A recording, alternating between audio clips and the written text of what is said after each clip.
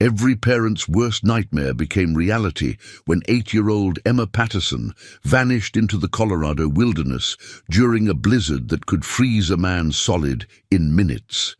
In that moment of pure terror, when hope seemed as distant as the nearest town, an unlikely savior emerged from the mountains, Silas McGraw, a man most folks cross the street to avoid. The mountain man spent 3 days battling through snow and ice to bring the child home safe. The town of Cedar Ridge thought that was the end of the story. They were wrong. When Sheriff Coleman rode into town the next morning, his face carried news that would shake everyone to their core. The rescue everyone celebrated was about to become the trial that would divide the entire community. What could possibly turn a hero's welcome into the town's greatest controversy? Before we jump back in, tell us where you're tuning in from. And if this story touches you, make sure you're subscribed, because tomorrow I've saved something extra, special for you. Cedar Ridge, Colorado Territory, perched like a stubborn prayer against the eastern slope of the Rocky Mountains, had weathered 23 winters since the first prospectors drove their stakes into the frozen ground. In the autumn of 1874, it remained what it had always been, a testament to human persistence in the face of an unforgiving landscape. Main Street stretched barely 300 yards from the Methodist church at one end to the livery stable. At the other, flanked by weathered storefronts that had learned to lean into the mountain winds rather than fight them, the town's heartbeat pulsed through simple rhythms. Sunrise brought the clang of Samuel Morrison's hammer on his anvil, the soft shuffle of boots on wooden walkways, and the gentle lowing of cattle being driven to pasture. By midday, the air carried the mingled scents of fresh bread from Martha, Henderson's bakery, sawdust from John Carpenter's workshop, and the ever-present tang of wood smoke from a dozen chimneys. Evening settled over Cedar Ridge like a familiar blanket, punctuated by the warm glow of oil lamps in windows and the occasional burst of laughter from McKinnon's saloon. Among the 400 souls who called Cedar Ridge home, few carried as much quiet dignity as Sarah Patterson. At 32, she possessed the kind of beauty that deepened with time rather than faded. Auburn hair that caught the light like burnished copper, green eyes that held both warmth and resolve, and hands that spoke of honest work without shame. Her small seamstress shop occupied the ground floor of a 2-story clapboard building on Main Street, with living quarters above where she and her daughter Emma had built a life from the pieces left after Thomas Patterson's death 3 years prior. Thomas had been a good man. Everyone agreed on that, taken by a mind collapse that claimed 6 other fathers and husbands in a single terrible afternoon. Sarah had grieved properly, worn her widow's weeds for the prescribed time, and then quietly set about the business of survival. Her needlework was the finest in 3 counties, sought after by ranchers' wives and merchants' daughters alike for wedding dresses, Sunday best, and the kind of intricate repairs that made old garments look new again. 8-year-old Emma Patterson moved through the world with the fearless curiosity that belonged uniquely to children. Her dark curls, inherited from her father, bounced with each step as she explored every corner of Cedar Ridge that her mother's watchful eye would permit. She possessed an artist's appreciation for small wonders, the way morning frost painted patterns on window glass, how her breath created dragons. In the cold air, the sound boots made on different surfaces throughout the town. Emma's laughter had become something of a local treasure, bright enough to earn smiles from even the most weather-beaten prospectors and stern enough shopkeepers. The Patterson women had carved out their place in Cedar Ridge's social fabric through a combination of skill, dignity, and the kind of quiet strength that frontier communities both recognized and respected. Sarah served on the church committee, helped organize the annual harvest celebration, and never failed to contribute to collections for families facing hardship. Emma attended the one-room schoolhouse where Miss Catherine Walsh taught 23 children everything from reading primers to advanced arithmetic, and she showed particular promise in penmanship and drawing. Yet for all their integration into community life, Both mother and daughter carried a certain reserve, not unfriendliness, but a careful protection of the small, precious space they had created for themselves. Sarah had received 3 marriage proposals in the past 2 years, all from decent men who could provide stability and companionship. She had declined each with such grace that no offense was taken, though the entire town wondered what she was waiting for. At the opposite end of Cedar Ridge's social spectrum, both geographically and metaphorically, lived Silas McGraw. His cabin sat 5 miles up Devil's Canyon, accessible only by a narrow trail that wound through stands of pine and aspen before opening onto a small clearing where he had built his refuge from civilization. The structure itself reflected its owner, solid, functional, and designed to withstand whatever the mountains might throw against it.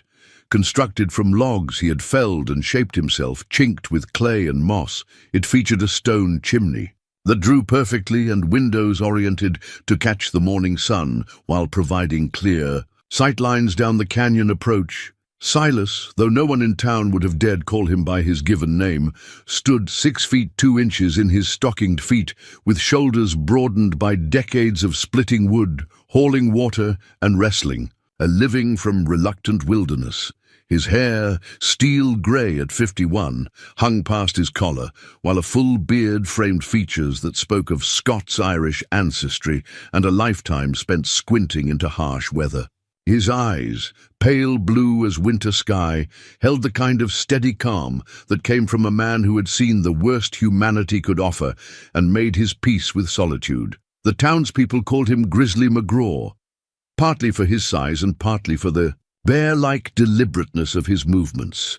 When he appeared in Cedar Ridge, perhaps once a month to trade pelts for supplies, conversations tended to fade into cautious murmurs, not from any specific threat he posed, but from the recognition that here walked a man who lived entirely by his own rules, answerable to no authority save his own conscience. Those who observed him carefully during his brief visits noted several things that set him apart from typical mountain hermits. His clothes, while practical and worn, were clean and well-maintained. His manner, though reserved, carried the bearing of a man accustomed to command. Most tellingly, he possessed an educated vocabulary that occasionally surfaced in his sparse conversations, suggesting a background that included formal learning. The trading post owned by Marcus Webb served as the primary interface between McGraw and civilization. Webb, a practical man in his 50s who had learned not to pry into his customers' histories, maintained a straightforward business relationship with the mountain man.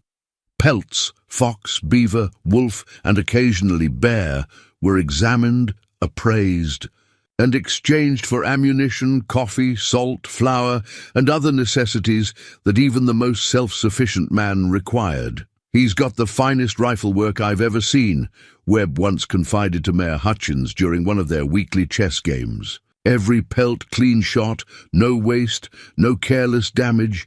Man like that doesn't learn that kind of precision trapping rabbits for supper." Indeed, the more observant citizens of Cedar Ridge had noted other details that suggested depths to Silas McGraw's story. Dr. Warren recalled treating a knife wound on the mountain man's forearm 2 years prior, a clean slice that had required 6 stitches.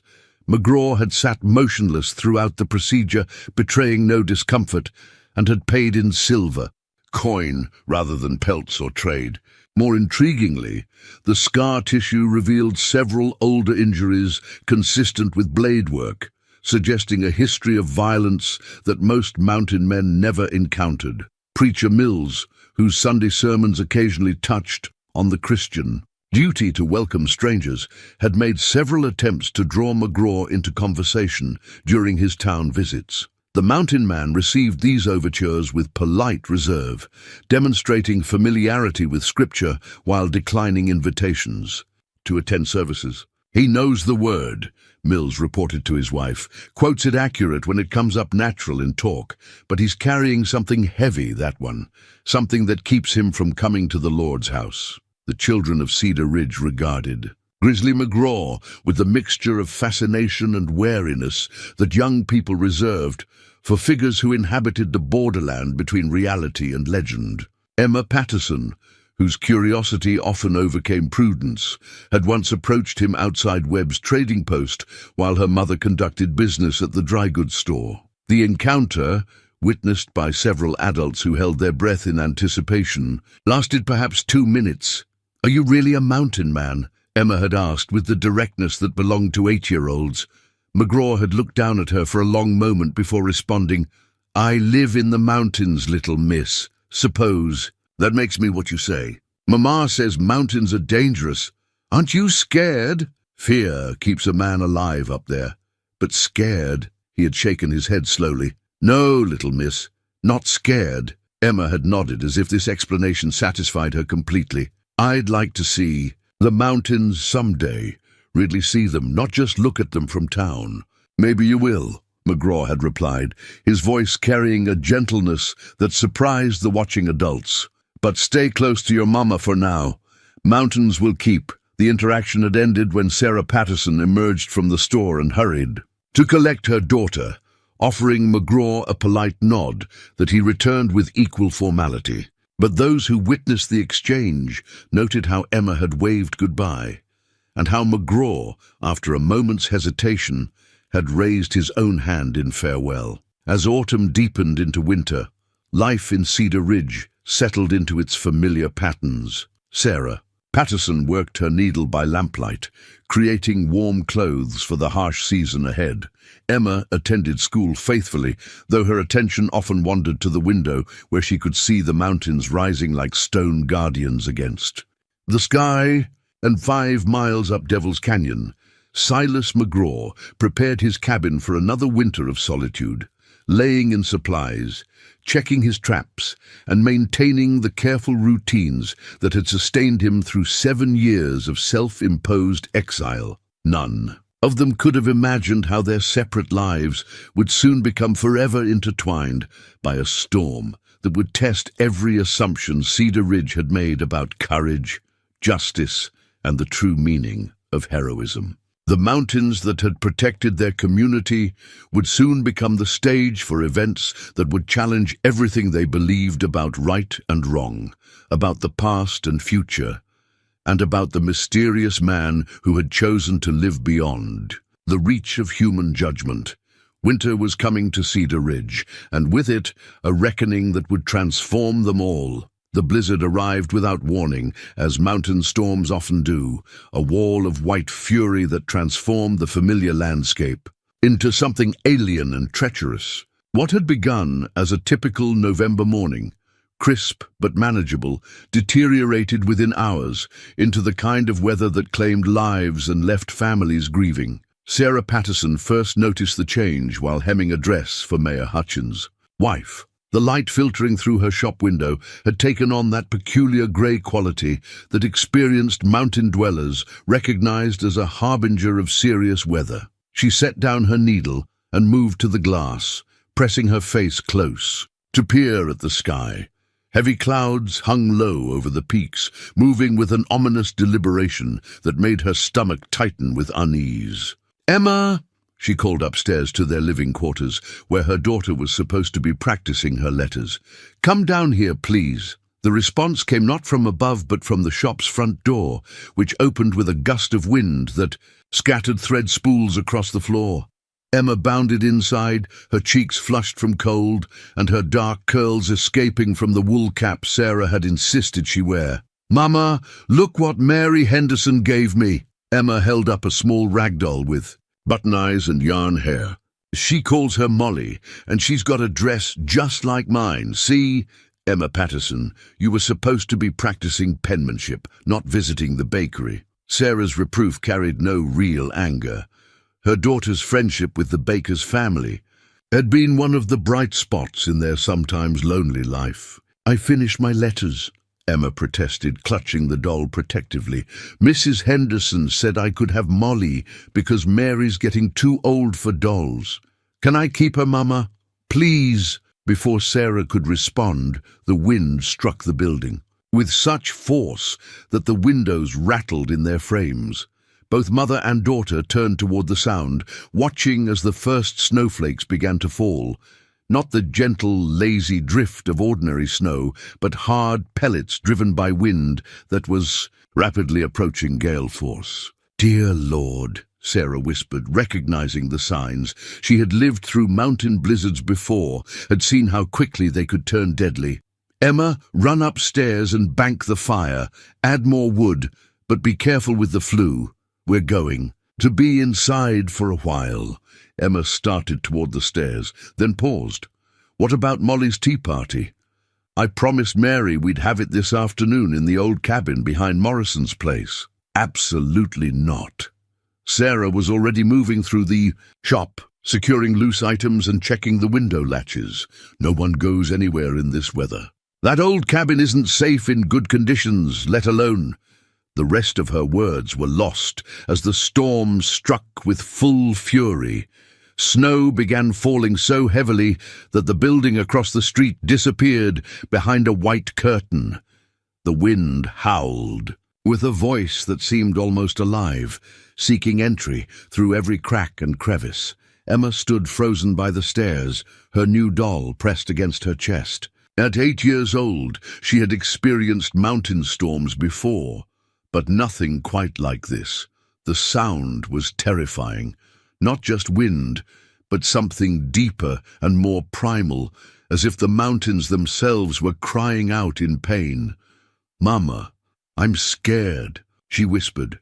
Sarah gathered her daughter into her arms, feeling the small body trembling against her own.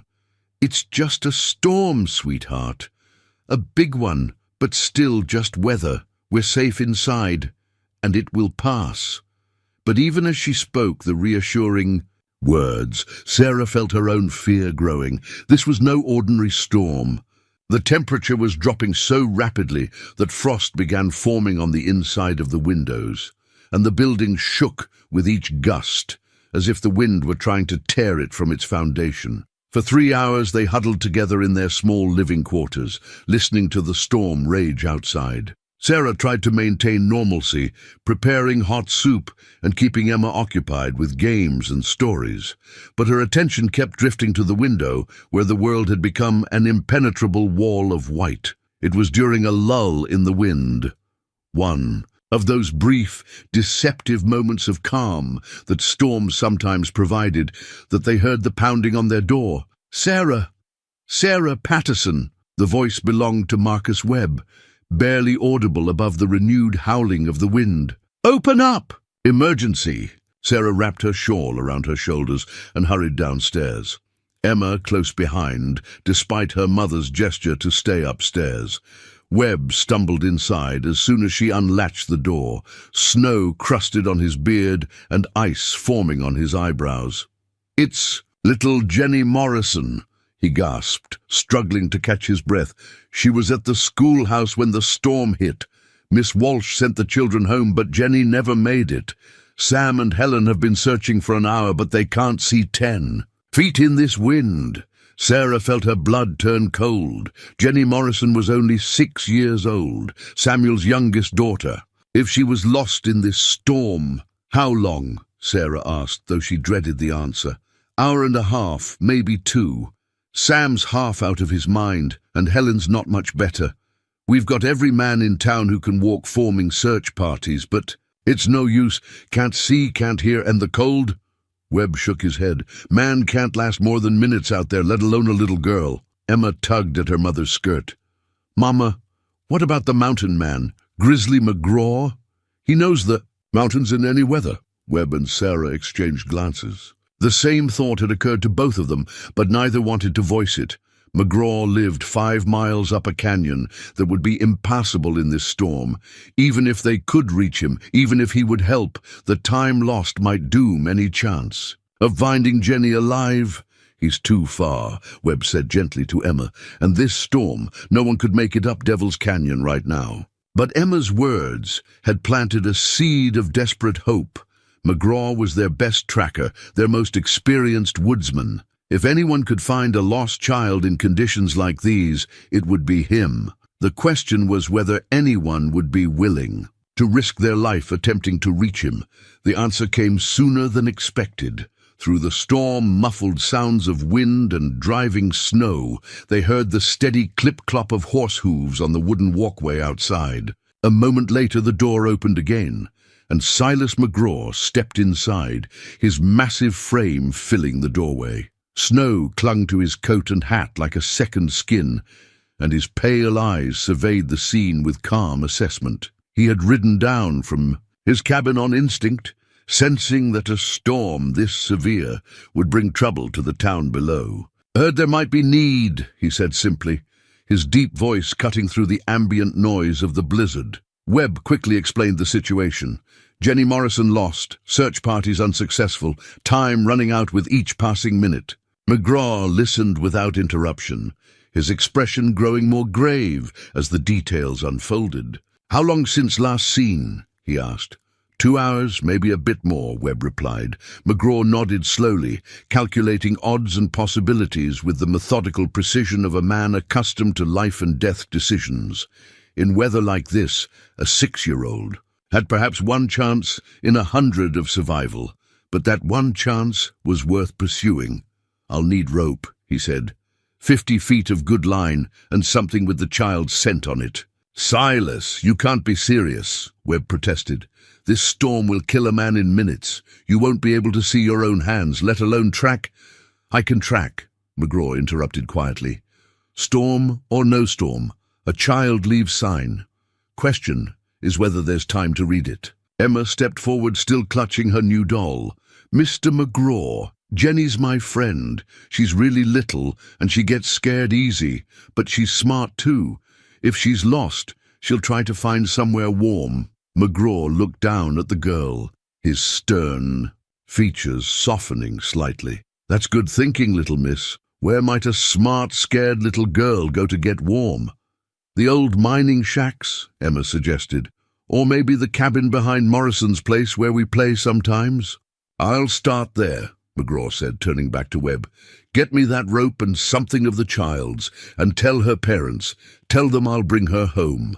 As Webb hurried off to gather the requested items, McGraw knelt down to Emma's level. "You stay inside with your mama, you hear? No matter what you hear out there, no matter how long it takes, you stay inside where it's safe." Emma nodded solemnly, then impulsively pressed her new doll into McGraw's large hands. "Take Molly," she said. "Jenny will recognize her, and maybe, she'll help you find her." McGraw stared at the small rag doll for a moment, then carefully tucked it inside his coat. "I'll take good care of her," he promised. Minutes later he vanished back into the storm, a dark figure swallowed almost immediately by the howling white void. Sarah pulled Emma close, both of them staring out the window into nothingness, listening to the wind and praying for a miracle. In the mountains above Cedar Ridge, Silas McGraw began the most important hunt of his life. Dawn broke over Cedar Ridge with the peculiar clarity that followed violent storms. The air scrubbed clean, the snow-covered landscape gleaming like polished silver under a pale sun. The blizzard had passed as suddenly as it had arrived, leaving behind a transformed world where familiar landmarks wore new, deceptive shapes beneath deep drifts. Sarah Patterson had not slept. She stood at her window, coffee cup warming her hands, watching the street below come alive with the aftermath of the storm. Shopkeepers emerged to shovel walkways. Children burst from doorways to marvel at the snow sculptures the wind had carved. And gradually, the normal rhythm of morning began to reassert itself. But there was nothing normal about the crowd gathering outside Morrison's blacksmith shop. Word had spread quickly through the small community. Grizzly McGraw had found Jenny Morrison alive, sheltered in an abandoned mining shaft 2 miles outside town. After 8 hours in the storm, he had returned carrying the unconscious child, both of them near frozen but breathing. The reunion scene had been one that would be talked about for years to come. Helen Morrison collapsing to her knees in the snow, sobbing as she reached for her daughter, Samuel Morrison, tears streaming down his weathered face, pumping McGraw's hand while trying to find words that didn't exist. And Jenny herself, wrapped in McGraw's own coat, clutching Emma's rag doll as if it were the most precious thing in the world. Dr. Warren had treated both rescuer and rescued for hypothermia and frostbite, pronouncing Jenny's condition serious but stable. McGraw had refused extended treatment, accepting only hot coffee and dry clothes, before disappearing back to his mountain cabin as quietly as he had arrived. Now, 12 hours later, the town was still processing the magnitude of what had occurred. A man they had all considered dangerous, possibly violent, had risked his life to save a child he barely knew. It challenged assumptions, forced reconsiderations, and sparked conversations that revealed just how little anyone really knew about. Their mysterious neighbor, Emma Patterson, tugged at her mother's sleeve. "Can we go see Jenny today? I want to make sure Molly's taking good care of her." Sarah set down her coffee cup and gathered her daughter close. "Jenny needs rest, sweetheart. But yes, we'll visit this afternoon if Dr. Warren says it's appropriate." The sound of approaching horses drew their attention back to the window. Two riders were making their way carefully down Main Street, their mounts stepping cautiously on the snow-packed ground. Even from a distance, Sarah could see the gleam of metal badges on their coats. "Lawmen," she murmured, feeling an unexpected chill that had nothing to do with the morning air. The riders stopped in front of the sheriff's office, a small building that served Cedar Ridge more as a symbol of civilization than an active center of law enforcement. Sheriff Bill Coleman, a part-time position that mostly involved settling disputes between neighbors, emerged to greet them, his expression shifting from curiosity to concern as they spoke. Within an hour, word had spread through the town with the efficiency that characterized small communities. The federal marshal was asking questions about Silas McGraw. Not casual inquiries about the rescue, specific detailed questions about his background, his history, the circumstances of his arrival in Colorado Territory 7 years ago. Marcus Webb knocked on Sarah's door just before noon, his usually jovial face creased with worry. "Sarah, you might want to know. There's talk down at the sheriff's office, serious talk about McGraw." "What kind of talk?" Sarah asked, though she dreaded the answer. "The federal man's got papers. Warrants, they're saying. Claims McGraw isn't who he says he is." Webb lowered his voice, glancing around as if the walls might have ears. "Word is he's wanted for military crimes, desertion, maybe worse." Sarah felt the world shift beneath her feet. The man who had risked everything to save a child, who had carried Jenny Morrison through a killing storm, that same man was apparently a fugitive from federal justice. "There has to be some mistake," she said, but even as the words left her mouth, she realized how naive they sounded. "Maybe," Webb replied, though his tone suggested he had his doubts. "But these federal boys, they don't ride out here in winter unless they're mighty sure of their facts." The implications began cascading through Sarah's mind. If McGraw was arrested, taken back east to face military justice, what would happen to the heroic narrative the town had constructed around yesterday's rescue? How would they reconcile their gratitude with the possibility that their savior was a criminal? "Has anyone told the Morrisons?" she asked. Webb shook his head. "Sheriff Coleman's keeping it quiet for now, trying to sort out the facts. But it won't stay quiet long in a place like this." Indeed, by mid-afternoon, the news had reached every household in Cedar Ridge. The reaction was immediate and divided. Some residents, already uncomfortable with McGraw's presence on the edges of their community, saw vindication in the federal investigation. Others, still glowing with gratitude for Jenny Morrison's rescue, refused to believe that a true criminal could have performed such a selfless act.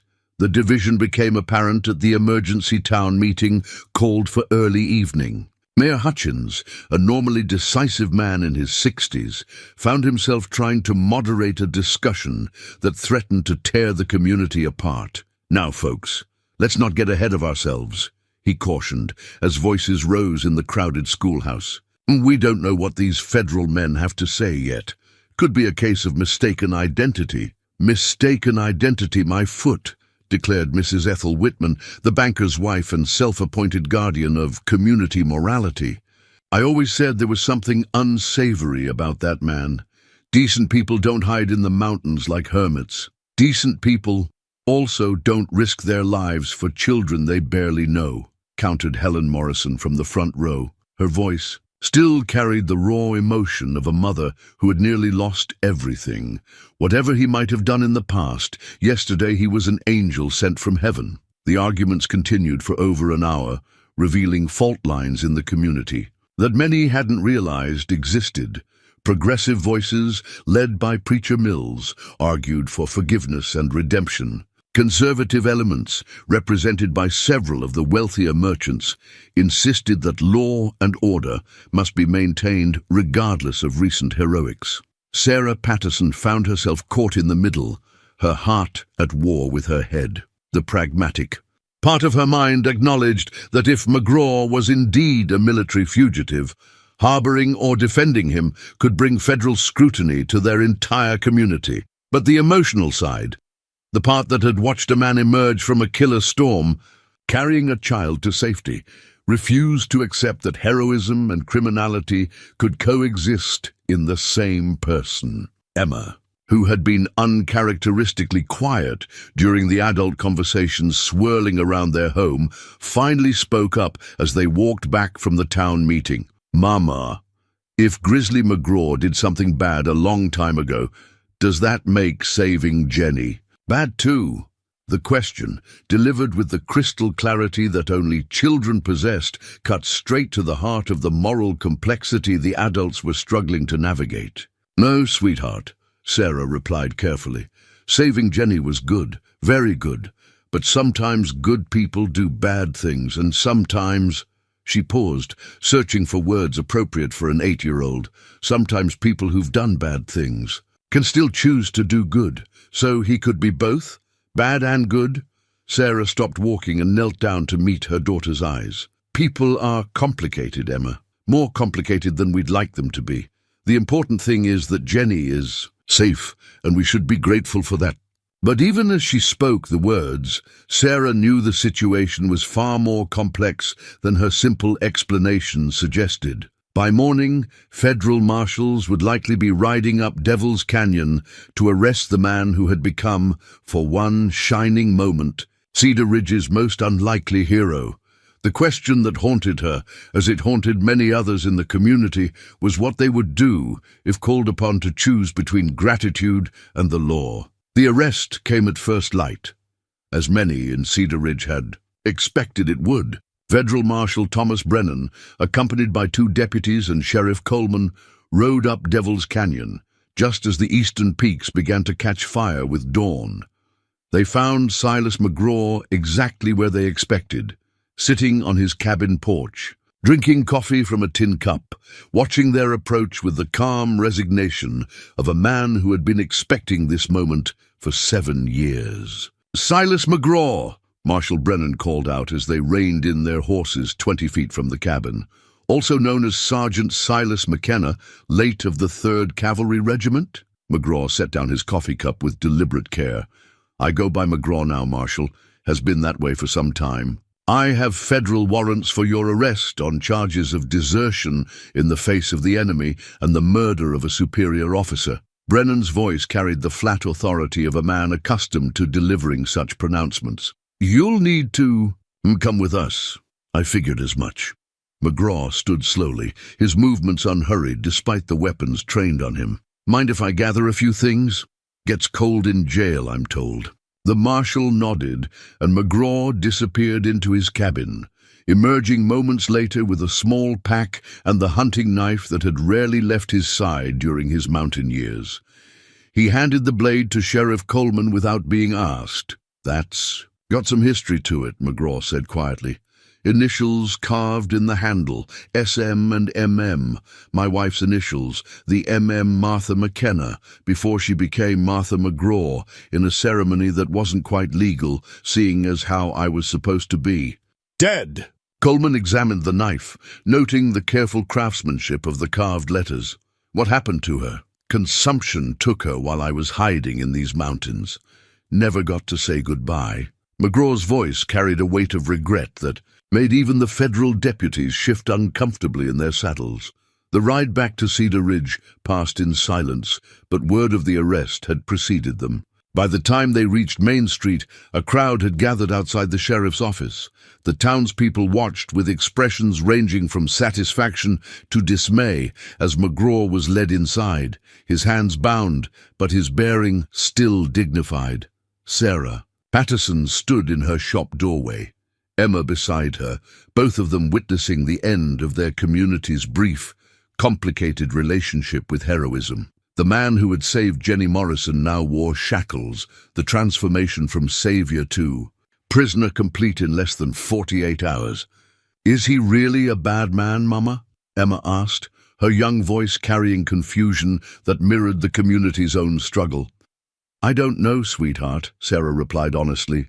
"I truly don't know." The legal proceedings began immediately. Marshal Brennan had brought extensive documentation. Military records, witness statements, and evidence dating back to 1867. The charges were serious. Sergeant Silas McKenna had abandoned his post during an engagement with hostile forces and, when confronted by his commanding officer, had killed the man in what the military classified as premeditated murder. But as details emerged during the preliminary questioning, a more complex picture began to develop. Several townspeople, including Mayor Hutchins and Dr. Warren, requested permission to attend the proceedings as observers. What they heard challenged the simple narrative of military justice. The incident in question had occurred during the Indian Wars at a remote outpost in Dakota Territory. According to the official record, Sergeant McKenna had refused orders to participate in a punitive expedition against a Lakota village, claiming the operation violated treaties and military regulations regarding non-combatants. When Captain Bradley Morrison attempted to arrest him for insubordination, a struggle ensued that resulted in Morrison's death. The official report states that you struck Captain Morrison with a rifle butt, causing fatal injuries. Marshal Brennan read from the documents. Multiple witnesses confirmed that you then deserted your post, stealing a horse and supplies. McGraw, seated calmly in the sheriff's office with his hands still bound, listened without visible emotion. When invited to respond, he spoke quietly. But clearly, Captain Morrison was drunk, Marshal. Had been drinking heavily for weeks, ever since his wife left him. The village he wanted to hit, it was mostly women and children. The men were off hunting, wouldn't be back for days. Morrison knew that, and he didn't care. That doesn't justify murder, McKenna. No, it doesn't. McGraw's pale eyes met the marshal's without flinching. But what happened wasn't murder. Morrison came at me with his saber, screaming about insubordination and court-martial.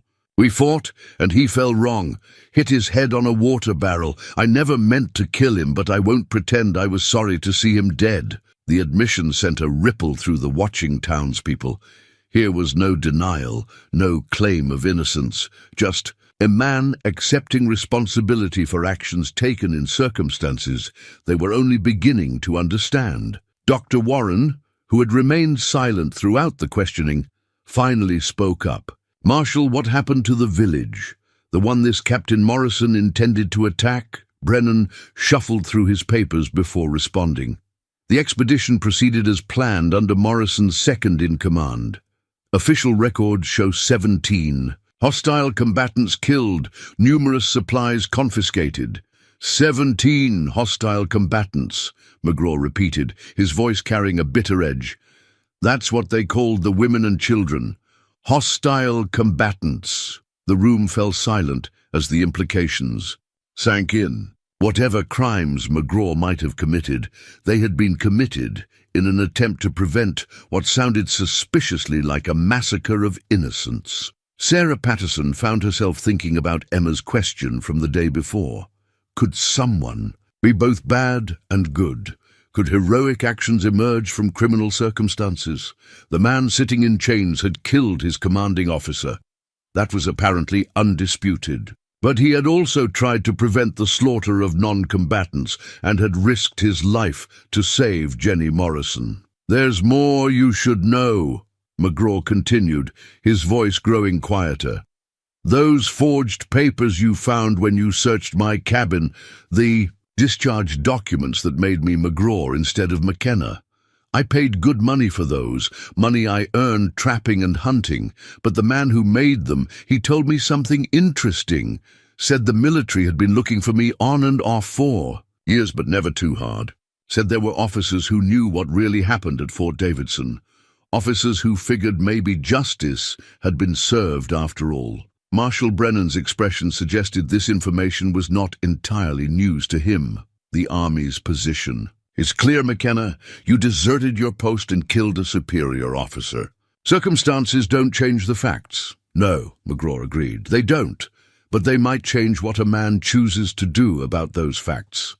The preliminary hearing concluded with McGraw being formally charged and remanded for transport back east to face military tribunal. But something had shifted in the community's perception. The black and white narrative of law and order had given way to shades of grey that made simple judgments impossible. As the crowd dispersed from the sheriff's office, conversations buzzed with a complexity that hadn't existed 24 hours earlier. Some residents remained convinced that regardless of circumstances, law must be upheld. Others found themselves questioning whether legal justice and moral justice were always the same thing. Sarah Patterson walked home with Emma, both of them processing what they had witnessed. The hero who had saved Jenny Morrison was also a deserter and a killer. The criminal who faced federal charges had also tried to protect innocent lives. In the space of 2 days, Cedar Ridge had been forced to confront questions about justice, morality, and redemption that most frontier communities never had to face.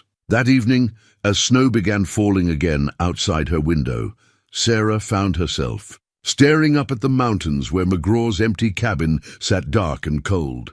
Somewhere in the legal complexities and moral ambiguities, a larger truth was struggling to emerge. One that would test everything Cedar Ridge thought it knew about right and wrong. Word of Sarah Patterson's jail visit spread through Cedar Ridge, like wildfire, adding fuel to conversations that had already divided the community into distinct camps. By evening, the town's informal gathering places, Webb's trading post, McKinnon's saloon, and the church steps after evening prayer, buzzed with debate about the propriety of a respectable widow visiting an accused murderer. "It's unseemly," declared Mrs. Ethel Whitman to anyone who would listen. "A woman of Sarah's standing has no business consorting with criminals regardless of recent heroics." But Helen Morrison, still basking in the glow of her daughter's safe return, took a different view. "If Sarah Patterson wants to show Christian charity to the man who saved my Jenny, then I say more power to her. Sometimes mercy matters more than what folks think is proper." The division reflected deeper questions that Cedar Ridge was struggling to answer. How should a community balance gratitude against justice? What obligations did they have to a man who had saved one of their children? And perhaps most troubling, if the circumstances McGraw described were accurate, what did that say about the military authority they had always assumed represented absolute moral legitimacy? Dr. Warren found himself particularly conflicted. As the town's only college-educated resident besides Preacher Mills, people looked to him for perspective on complex moral issues. But McGraw's case defied the clear-cut analysis that his medical training had taught him to value. "The man is guilty of the charges against him," Warren confided to his wife over dinner. "He admits as much himself. But if what he says about Captain Morrison and that Indian village is true, then we're dealing with a situation where legal guilt and moral culpability don't align." "What do you mean?" Martha Warren asked, setting down her fork. "I mean that sometimes a man might break the law in service of a higher moral obligation.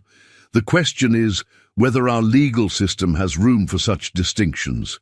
That question would soon be tested in ways none of them anticipated."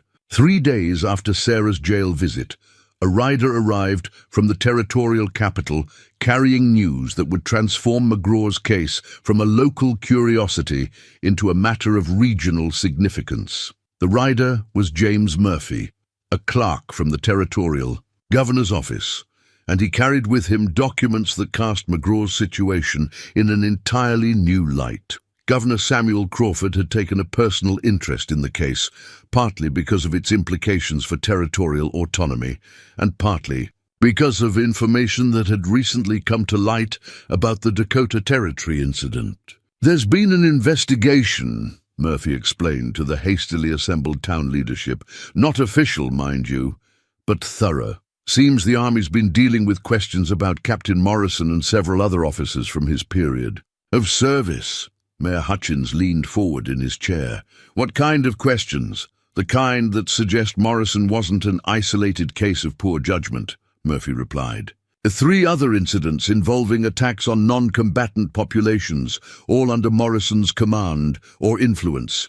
The Army's been quietly reassigning or retiring officers connected to those operations." Sheriff Coleman, who had been listening, intently spoke up.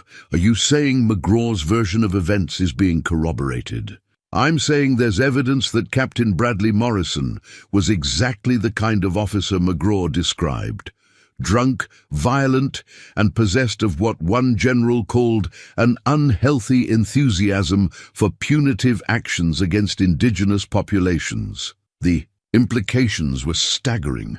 If Morrison had indeed been planning a massacre of innocents, then McGraw's actions took on a completely different moral dimension. He would still be guilty of desertion and killing a superior officer, but the context would transform him from a simple criminal into something far more complex. "There's more," Murphy continued. "Governor Crawford believes this case could set important precedents for how territorial courts handle federal military charges.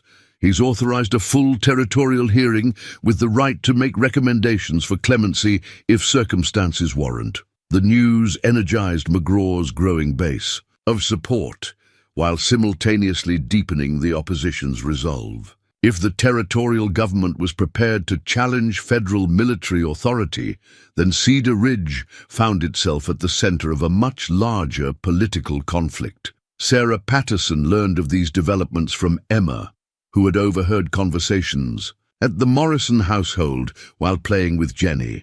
The 6-year-old was recovering well from her ordeal, though she had developed an almost mystical attachment to the rag doll McGraw had carried during the rescue. Jenny says Molly talked to her while she was lost, Emma reported to her mother, told her to stay calm and wait for the mountain man to find her. Sarah smiled at her daughter's innocent recounting, but the story reinforced her growing conviction that McGraw's rescue of Jenny represented something profound, a moment when past sins and present virtues collided in ways that demanded recognition.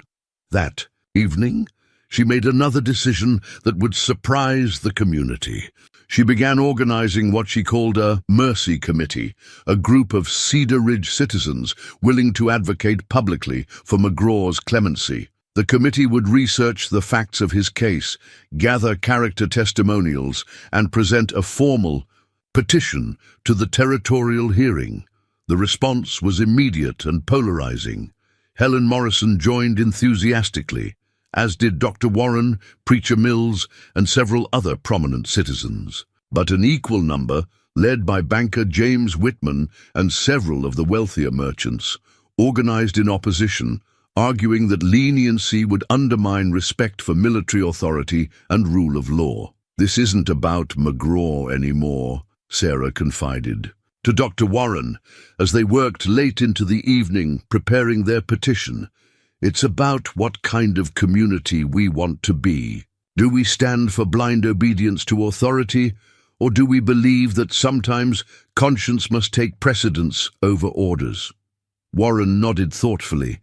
The ancient Greeks had a concept called moral luck, the idea that people's moral standing could be affected by circumstances beyond their control. McGraw found himself in an impossible situation, forced to choose between legal duty and moral obligation. "And he chose to protect innocence," Sarah added, "even knowing it would cost him everything."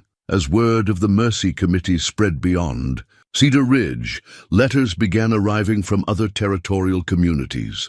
Some offered support, recognizing the broader implications of the case for territorial self-governance. Others expressed concern that challenging federal military authority could jeopardize Colorado's statehood aspirations. The pressure was building toward a confrontation that would test not only McGraw's fate, but the fundamental questions of justice, mercy, and moral courage that his case had raised. In the middle of it all sat the man himself, reading Shakespeare in his jail cell and waiting with characteristic calm for others to decide his future. But perhaps the most telling indicator of the community's transformation came from an unexpected source. Jenny Morrison, still weak from her ordeal but insistent on making her voice heard, asked her mother to write a letter to the territorial governor.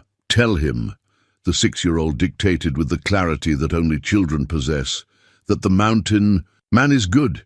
He saved me when I was scared and cold, and he gave me Molly to keep me company.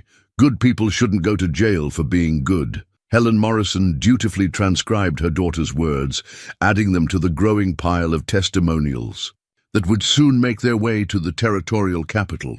In the mouth of a child, the complex moral questions surrounding McGraw's case resolved into simple truth. Heroism deserved recognition, not punishment. The stage was set for a hearing that would determine not only one man's fate, but the community's understanding of justice itself. The letter arrived on a Tuesday morning, delivered by a young cavalry trooper who had ridden hard from Fort Collins through a late spring snowstorm. Sheriff Coleman signed for the official correspondence with hands that trembled slightly, not from cold, but from the recognition that whatever news the envelope contained would likely determine Silas McGraw's fate. The letter bore the seal of the Army's Department of Investigation, a relatively new branch tasked with reviewing questionable military actions from the recent Indian Wars. Coleman broke the wax seal with Mayor Hutchins and Dr. Warren present as witnesses, all 3 men understanding that they were about to learn information that could transform everything they thought they knew about McGraw's case. What they discovered exceeded their wildest expectations. "Gentlemen," Coleman read aloud, his voice growing stronger as he absorbed the implications, "we are writing to inform you that new evidence has come to light regarding the case of former Sergeant Silas McKenna, currently held in your jurisdiction. This evidence fundamentally alters the nature of the charges against the accused." The letter, signed by Colonel Robert Hayes of the Department of Investigation, detailed the discovery of Captain Bradley Morrison's personal journal in the effects of a recently deceased Army clerk. The journal, kept meticulously during Morrison's final months of service, provided a first-hand account of his planned operations against Native American settlements, operations that the journal made clear were intended as acts of revenge rather than legitimate military actions. Morrison's journal contains explicit descriptions of his intentions toward non-combatant populations, Coleman continued reading, including detailed plans for what he termed complete extermination of several peaceful villages. The journal also reveals Morrison's awareness that his planned actions violated both military regulations and federal treaty obligations. Dr. Warren leaned forward in his chair. "Are they saying Morrison was planning war crimes?" "That's exactly what they're saying," Mayor Hutchins replied, his voice carrying a mixture of vindication and horror. "And if that's true, then McGraw didn't just kill a superior officer, he prevented a massacre." But the most shocking revelation was yet to come. The journal also contained Morrison's personal reflections on his relationship with his subordinates, including specific mentions of Sergeant McKenna's repeated objections to questionable orders. Morrison writes extensively about what he calls McKenna's interference, Coleman read, his voice carrying growing amazement. "The sergeant continues to question my authority and challenge orders that he claims violate military law. His insubordination has become intolerable, and I have decided that extreme measures may be necessary to maintain discipline." The final entry, written the day before the fatal confrontation, was even more damning. "McKenna has forced my hand with his continued defiance. Tomorrow I will provoke a confrontation that will allow me to eliminate this threat to my command." A charge of mutiny, followed by summary execution, will serve as an example to other would-be moral crusaders. The three men sat in stunned silence as the implications sank in. Morrison hadn't simply been planning to attack a village of non-combatants. He had been planning to murder McGraw for refusing to participate. "Sweet Jesus," Dr. Warren whispered. McGraw didn't kill Morrison in anger or during a struggle over orders. He killed him in self-defense. The letter continued with even more startling revelations. The Army's investigation had uncovered evidence that Morrison's planned attack on the Lakota village was part of a larger pattern of unauthorized punitive actions that had resulted in the deaths of numerous non-combatants across the Dakota and Montana territories. The Department of Investigation has concluded that Sergeant McKenna's actions prevented what would have constituted a significant war crime, Coleman read. Furthermore, evidence suggests that McKenna's life was in immediate danger from his commanding officer, who had demonstrated a pattern of eliminating subordinates who questioned his methods. Mayor Hutchins stood up and began pacing the small office. This changes everything. If the Army itself is saying McGraw acted to prevent war crimes and defend his own life, then how can they possibly proceed with murder charges? The answer came in the letter's final paragraphs. The Army's Department of Investigation was recommending that all charges against Silas McKenna be dropped, with full restoration of his military record and back pay for the 7 years he had spent as a fugitive. Moreover, they were prepared to offer him a formal commendation for his actions in preventing the massacre of innocents. "There's more," Coleman said, turning to the letter's final page. "They want him to testify before a military tribunal investigating Morrison and several other officers involved in similar operations. His testimony could help bring justice for dozens of other incidents." The news spread through Cedar Ridge with the speed that only truly extraordinary revelations could achieve. Within hours, everyone in town knew that their mysterious mountain man had been vindicated not just by local sentiment, but by the very military authority that had branded him a criminal. The reaction was immediate and complex. McGraw's supporters felt vindicated in their faith in his character, while his critics struggled to reconcile their opposition with the Army's official exoneration. But perhaps most significantly, the revelation transformed the community's understanding of moral courage and the sometimes terrible cost of doing what was right. Sarah Patterson was among the first to visit McGraw after the news arrived. She found him sitting calmly in his cell, reading the same worn volume of Shakespeare, seemingly unmoved by the dramatic change in his circumstances.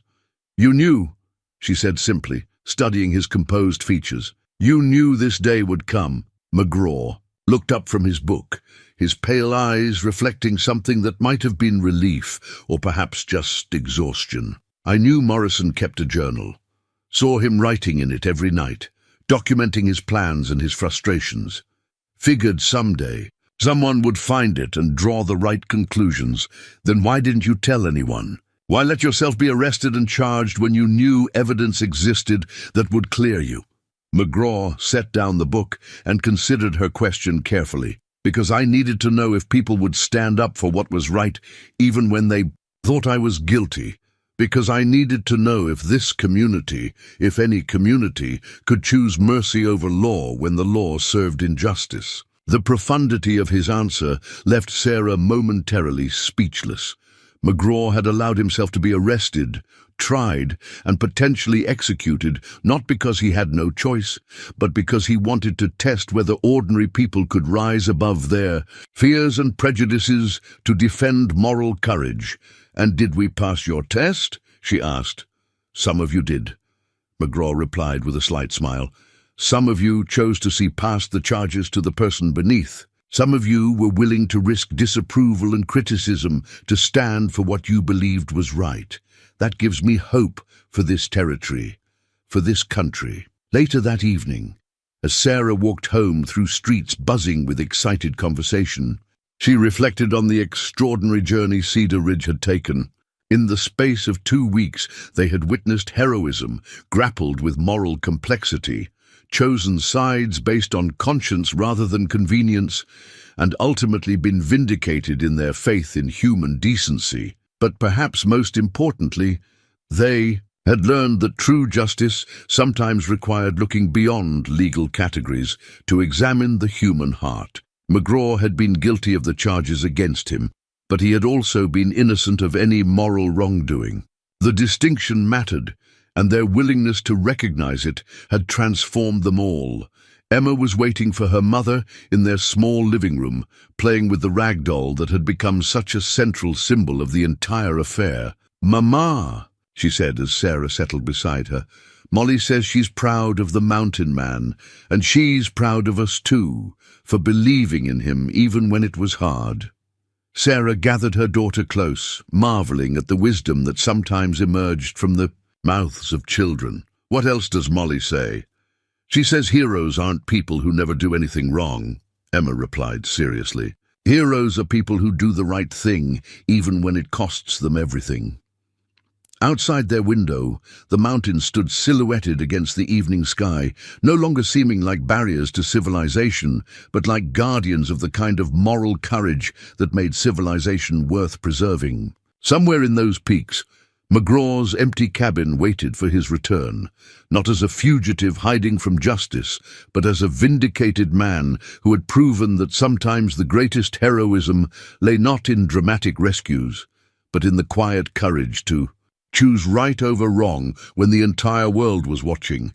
The territorial hearing was scheduled for the first Monday in June, to be held in the newly constructed courthouse in Denver. For Cedar Ridge, the announcement meant more than just the resolution of McGraw's case. It represented their community's first significant involvement in territorial politics, and their chance to demonstrate that frontier justice could rise above simple revenge or expedience. Preparations began immediately. Sarah Patterson's Mercy Committee had grown to include nearly half the town's adult population, and their petition now contained over 200 signatures from residents of Cedar Ridge and surrounding communities. Dr. Warren had compiled medical evidence of Jenny Morrison's condition during the rescue, while Preacher Mills had prepared testimonials about McGraw's character from the 7 years he had lived quietly in the mountains. But the most significant preparation was taking place in McGraw himself. The Army's vindication had lifted the immediate threat of execution, but the territorial hearing would determine his future in Colorado and his integration into the community that had rallied to his defense. "I need to know something," McGraw said to Sarah during one of her regular visits to the jail. "When this is over, when I'm free to go where I please, will Cedar Ridge want me to stay?" The question caught Sarah off guard, though she realized it shouldn't have. For 7 years, McGraw had lived as an exile, maintaining careful distance from the community that had now embraced him. The prospect of genuine belonging must seem both appealing and terrifying. "The question isn't whether Cedar Ridge wants you," she replied carefully. "The question is whether you want to belong somewhere again." McGraw was quiet for a long moment, staring out the small barred window toward the mountains that had been his refuge. "I've lived alone so long, I'm not sure I remember how to be part of a community, how to let people depend on me, how to depend on them." "You saved Jenny Morrison," Sarah pointed out. "That's what communities do. They take care of each other, especially the most vulnerable." That was different. That was just— McGraw searched for words. "What any decent person would do." "Exactly," Sarah said with a small smile. "Any decent person. You're already part of this community, Silas. You just haven't admitted it to yourself yet." The use of his first name hung in the air between them, marking a shift in their relationship that both acknowledged but neither had previously voiced. In the weeks since McGraw's arrest, their formal interactions had evolved into something deeper, not quite friendship, but a mutual respect that suggested the possibility of more. Meanwhile, The broader implications of the case continued to unfold.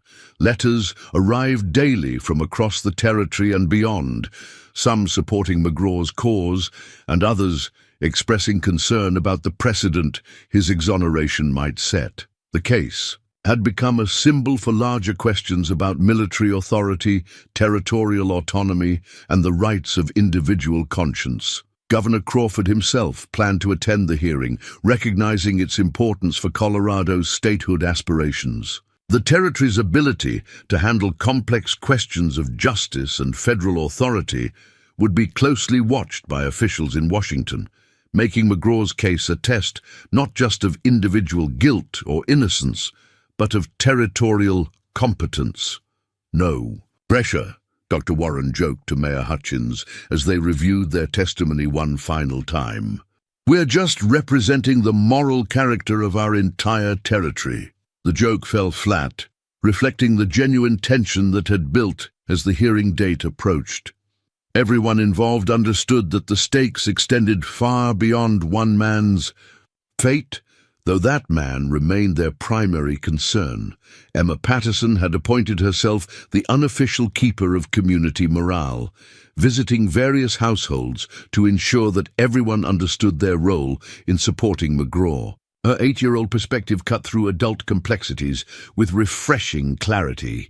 "Mrs. Whitman," she announced during one such visit, "Molly says you should come to the hearing too.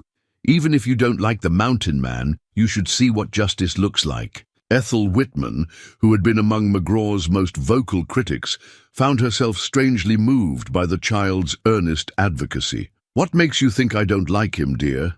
"Because you're scared," Emma replied with devastating honesty. "Mom, just people sometimes don't like things they don't understand, and being scared makes it hard to understand." The conversation, reported throughout the community with varying degrees of amusement and embarrassment, highlighted the way McGraw's case had forced everyone to examine their own assumptions and prejudices. 3 days before the hearing, McGraw made a request that surprised everyone. He asked to visit Jenny Morrison before leaving for Denver. The request was unusual. Prisoners typically had no contact with victims or their families, but given the unique circumstances, Sheriff Coleman agreed to arrange a supervised meeting.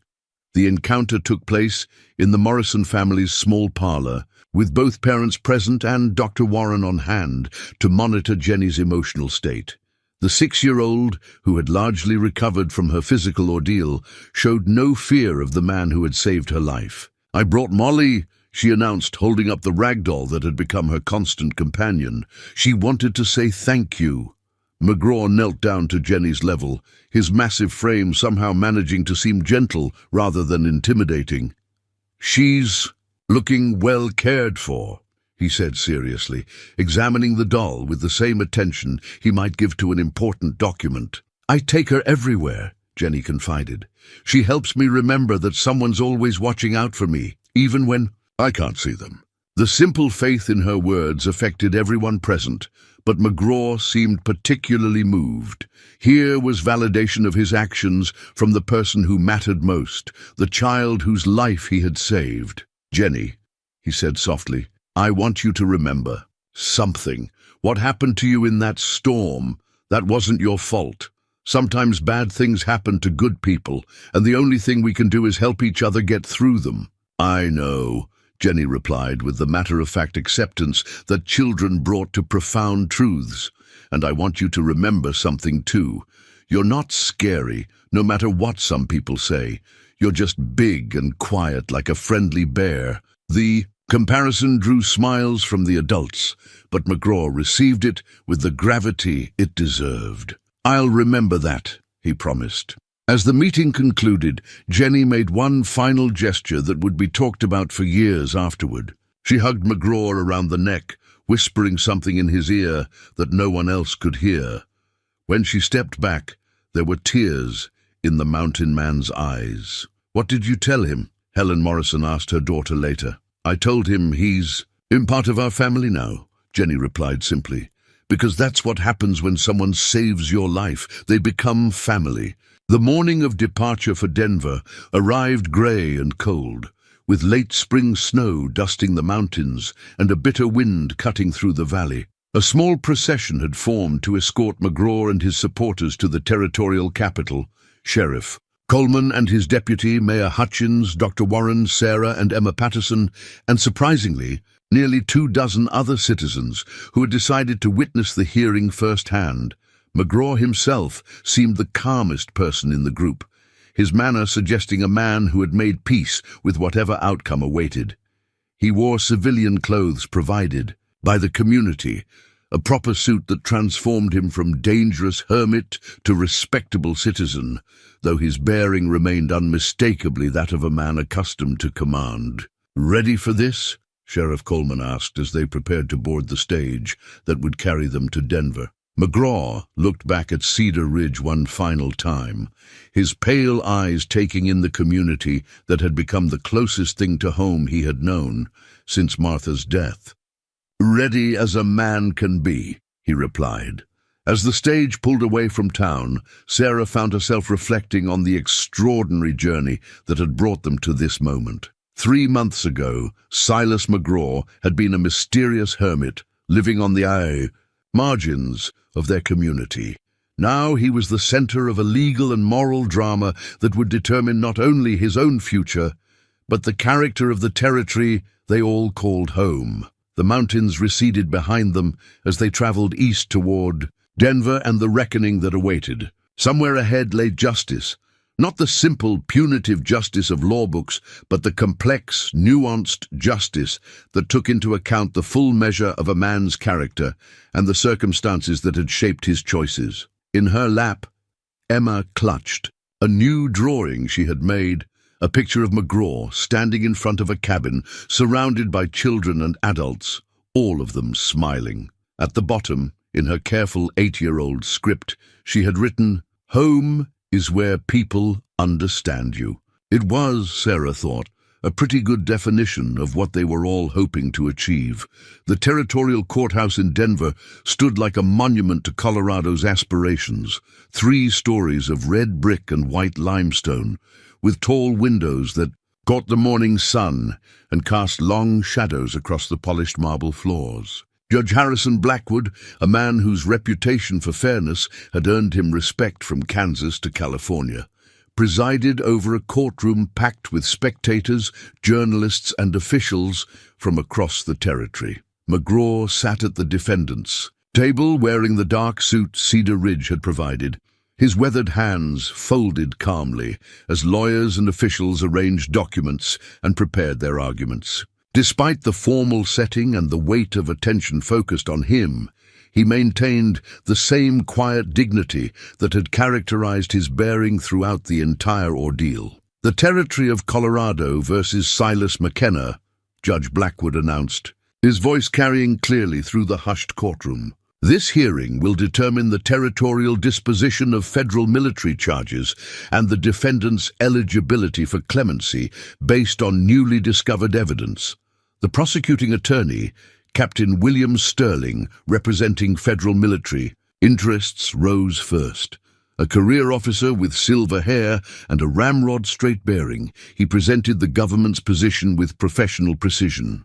"Your Honor, regardless of Captain Morrison's character or intentions, the defendant stands accused of killing a superior officer and deserting his post during wartime. These are capital offenses under military law, and the circumstances, however sympathetic, do not negate the fundamental breach of military discipline." Sterling's argument was legally sound, but emotionally hollow, focusing on the letter of military law while avoiding the moral complexities that had made McGraw's case so compelling. He presented the original charges methodically, emphasizing the defendant's admission of guilt and the principle that military order depended on absolute obedience to authority.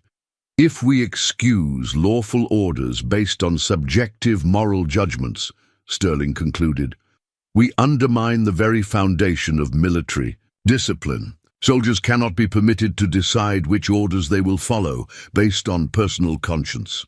When Sterling finished, the courtroom remained silent, waiting for the defense response that would determine McGraw's fate. Thomas Mitchell, the Territorial attorney representing McGraw was a younger man with the passionate conviction of someone who believed deeply in his cause. "Your Honor," Mitchell began, his voice carrying the weight of profound moral certainty, "this case asks us to consider whether blind obedience to authority represents the highest form of justice, or whether conscience and moral courage sometimes demand that good men stand against evil, regardless of consequences."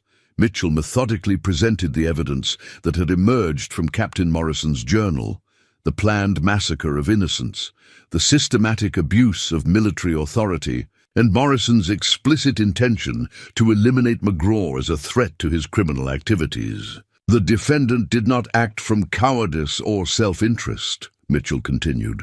"He acted to prevent what any reasonable person would recognize as war crimes.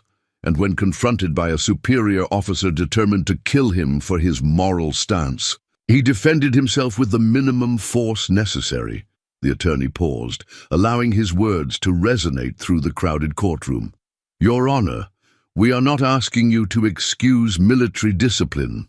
We are asking you to recognize that true military honor sometimes requires disobeying dishonorable orders." Judge Blackwood listened intently to both arguments, occasionally making notes, but revealing nothing of his own thinking. When the formal presentations concluded, he called for character witnesses, the moment when Cedar Ridge would have its chance to speak for the man who had saved one of their children. Dr. Warren testified first, describing McGraw's conduct during Jenny Morrison's medical treatment and his observations of the man's character during 7 years of occasional interaction. Helen Morrison followed, her emotional testimony about the rescue bringing tears to many eyes in the courtroom. But it was Sarah Patterson's testimony that proved most compelling. Speaking with quiet conviction, she described not just McGraw's heroic actions, but the moral courage he had demonstrated by allowing himself to be arrested and tried rather than fleeing to escape justice. "Your Honor," she said, her voice steady despite the magnitude of the moment, "Silas McGraw could have disappeared into those mountains and never been found. Instead, he submitted to arrest because he believed in justice, not the simple justice of punishment, but the complex justice that weighs a man's entire character against his actions." When the character testimonies concluded, Judge Blackwood called for a recess, retiring to his chambers to consider the evidence and arguments. The courtroom erupted in quiet conversation as spectators and participants processed what they had heard. McGraw himself remained calm, speaking quietly with his attorney, but showing no sign of anxiety about the outcome. When Sarah approached him during the break, he seemed more concerned about her well-being than his own fate. "Whatever happens," he told her, "I want you to know that these past months, watching Cedar Ridge stand up for what was right even when it was difficult, that's given me something I'd lost years ago." "What's that?" Sarah asked. "Faith in people," McGraw replied simply. "Faith that ordinary folks can rise above their fears and prejudices when something important is at stake." As they waited for Judge Blackwood to return with his decision, the weight of the moment settled over everyone present. They were about to learn whether justice and mercy could coexist, whether moral courage would be rewarded or punished, and whether one man's stand against evil would be vindicated or condemned. Judge Blackwood returned to the courtroom after an hour of deliberation, his weathered face grave with the weight of the decision he was about to render.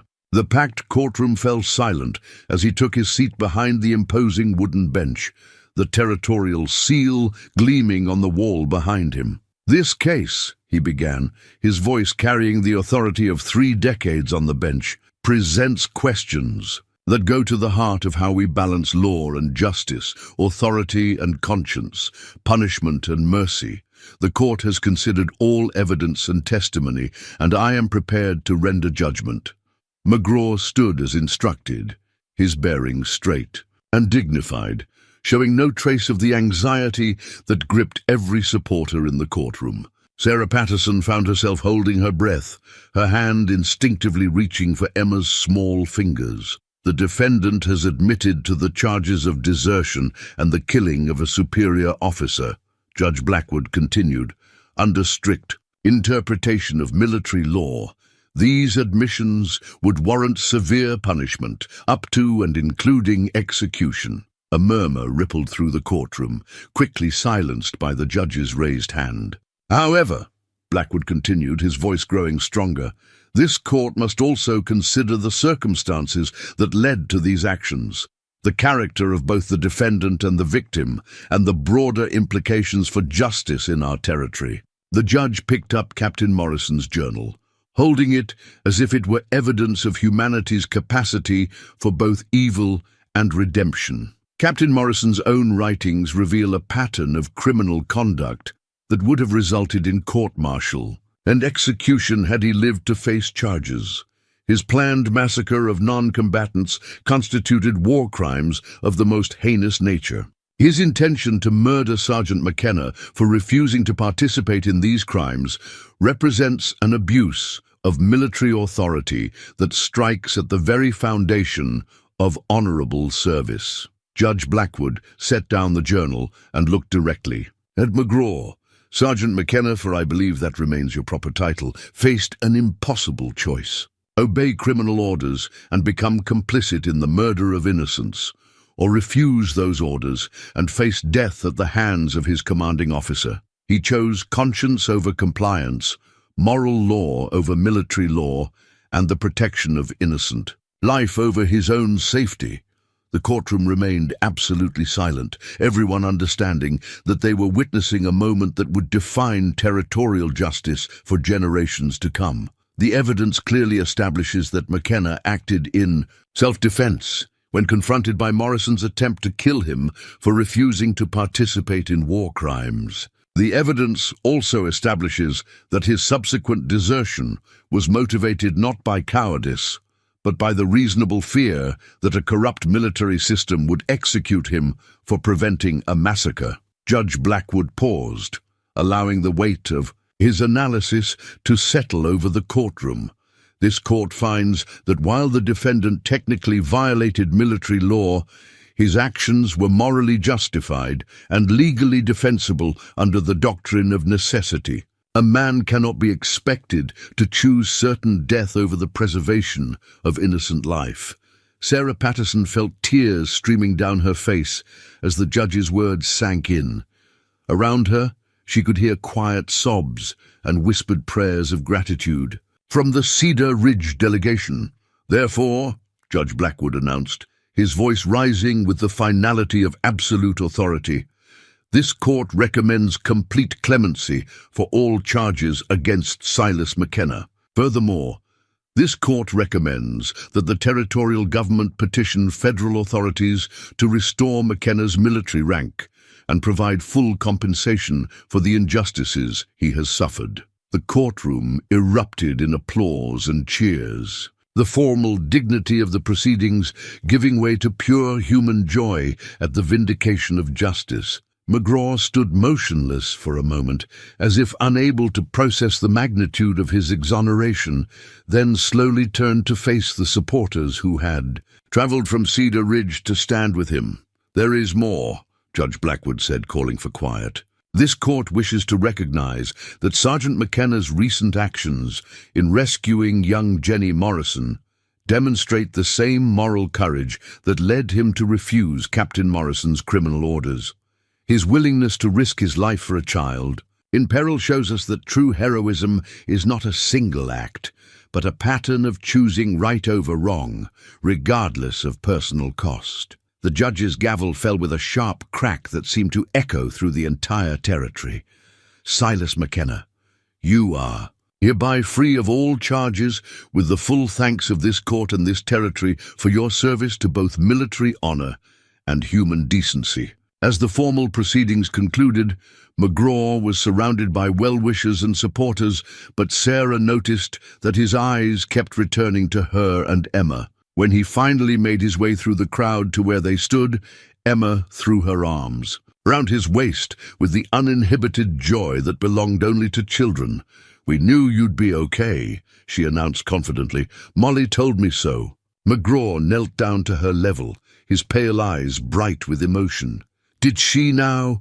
And what else did Molly tell you?" "She said you're coming home with us," Emma replied with 8-year-old certainty. "Because that's what families do. They go home together." McGraw looked up at Sarah, a question in his eyes that she answered with a smile that held the promise of new beginnings. 6 months after Judge Blackwood's verdict, Cedar Ridge had settled into a new rhythm that included Silas McGraw as a full member of the community rather than a mysterious figure on its margins. The transformation had been gradual but profound, affecting not only McGraw himself but the entire character of the town. The wedding took place on a crisp October morning, with the aspen trees blazing gold against the deep blue Colorado sky. Sarah Patterson, soon to be Sarah McGraw, stood before the small Methodist church wearing her mother's wedding dress, carefully altered by her own skilled hands. The entire town had turned out for the ceremony, along with visitors from Denver, Fort Collins, and communities across the territory who had followed McGraw's story. Emma Patterson, resplendent in a new dress with blue ribbons that matched her. Beloved doll Molly served as the flower girl. She scattered rose petals with the serious concentration of someone entrusted with an important mission, occasionally whispering instructions to the doll tucked under her arm. McGraw himself stood at the altar wearing a new black suit that marked his complete transformation, from hermit to citizen. His weathered hands, which had known violence and solitude for so many years, trembled slightly as he took Sarah's fingers. In his own, not from nervousness, but from the overwhelming recognition that he was being offered the gift of belonging after years of exile. Preacher Mills, who had worked patiently to draw McGraw into the community's spiritual life, spoke with particular eloquence about redemption and second chances. "Marriage," he told the assembled congregation, "is an act of faith, faith that two people can build something together that neither could achieve alone. It is also an act of hope, hope that the future can be different from the past, that love can triumph over loneliness, that forgiveness can heal old wounds." When McGraw spoke his vows, his deep voice carried clearly through the small church. "Sarah, you saw past my mistakes to the man I wanted to become. You offered me not just love, but the chance to be part of something larger than myself. I promise to spend the rest of my life proving worthy of that gift." Sarah's response brought tears to many eyes. "Silas, you taught me that heroism isn't the absence of fear or failure. It's the willingness to do what's right despite the cost. You showed me that love sometimes means standing with someone when the whole world might be against them. I promise to stand with you through whatever comes." The ceremony concluded with Judge Blackwood, who had traveled from Denver specifically for the occasion, pronouncing them husband and wife. As they kissed, the congregation erupted in applause that seemed to echo off the surrounding mountains, nature itself celebrating this union of two people who had found in each other the healing they both needed. The reception, held in the schoolhouse, decorated with autumn flowers and bunting, became a community celebration that lasted well into the evening. Dr. Warren offered a toast that captured the sentiment many felt. "To Silas and Sarah McGraw, may your marriage be as strong as the mountains that brought you together, and as enduring as the love that sustained you through the darkness." During the festivities, McGraw took a moment to step outside with Emma, who had attached herself to his side with the determination of a child, claiming a new father. They sat together on the church steps, watching the sun set behind the peaks that had sheltered his exile and now blessed his homecoming. "Papa Silas," Emma said, using the name she had assigned him without consultation or ceremony, "are you happy now?" McGraw considered the question with the seriousness it deserved. Happiness had seemed impossible during his years of isolation, a luxury he had forfeited along with his identity and his future. But sitting here with this remarkable child, married to a woman who had seen past his crimes to his character, accepted by a community that had chosen mercy over judgment, Happiness seemed not only possible, but inevitable. "Yes, little one," he replied. "I believe I am." "Good," Emma said with satisfaction. "Molly says happy people make the best daddies." The adoption papers had been filed the week before, making Emma officially his daughter in the eyes of the law. But the legal formality had simply confirmed what everyone already knew. This strange, fierce little girl had claimed him as family from almost their first meeting, and he had been powerless to resist her determined affection. As autumn progressed into winter, the McGraw family established routines that would have seemed impossible just a year earlier. Silas worked part-time as a deputy sheriff, his tracking skills and steady temperament making him invaluable for the kinds of problems that arose in frontier communities. Sarah continued her seamstress business, though she now had help with both the work and the childcare.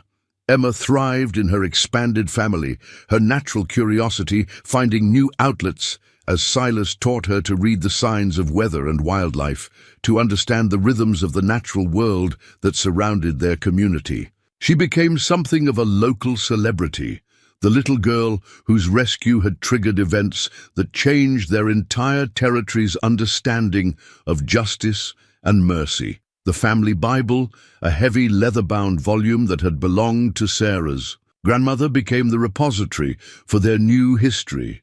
In careful script, McGraw inscribed his marriage to Sarah and his adoption of Emma, marking the legal and spiritual transformation that had made them a family. But perhaps the most significant entry came 6 months later, when Sarah gave birth to a son they named Thomas, after Emma's father.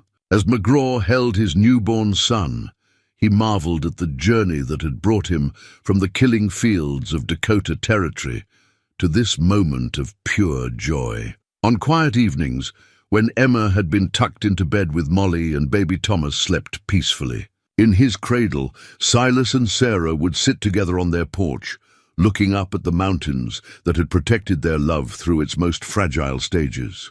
They rarely spoke of the past during these moments. The future seemed too bright and full of promise to spend time looking backward. Cedar Ridge itself had been transformed by the events surrounding McGraw's case. The community had discovered reserves of moral courage they hadn't known they possessed, had learned to distinguish between legal and moral authority, and had proven that ordinary people could rise to extraordinary challenges when something important was at stake. The story of the mountain man who saved a little girl and found redemption in the process became part of local legend, told and retold until it achieved the kind of mythic status that frontier communities used to define their values and aspirations. But for the McGraw family, it was simpler than that. They had found each other in the midst of a storm, literal and metaphorical, and had chosen to build something lasting from the wreckage of the past. Love had triumphed over loneliness, community over isolation, and hope over despair.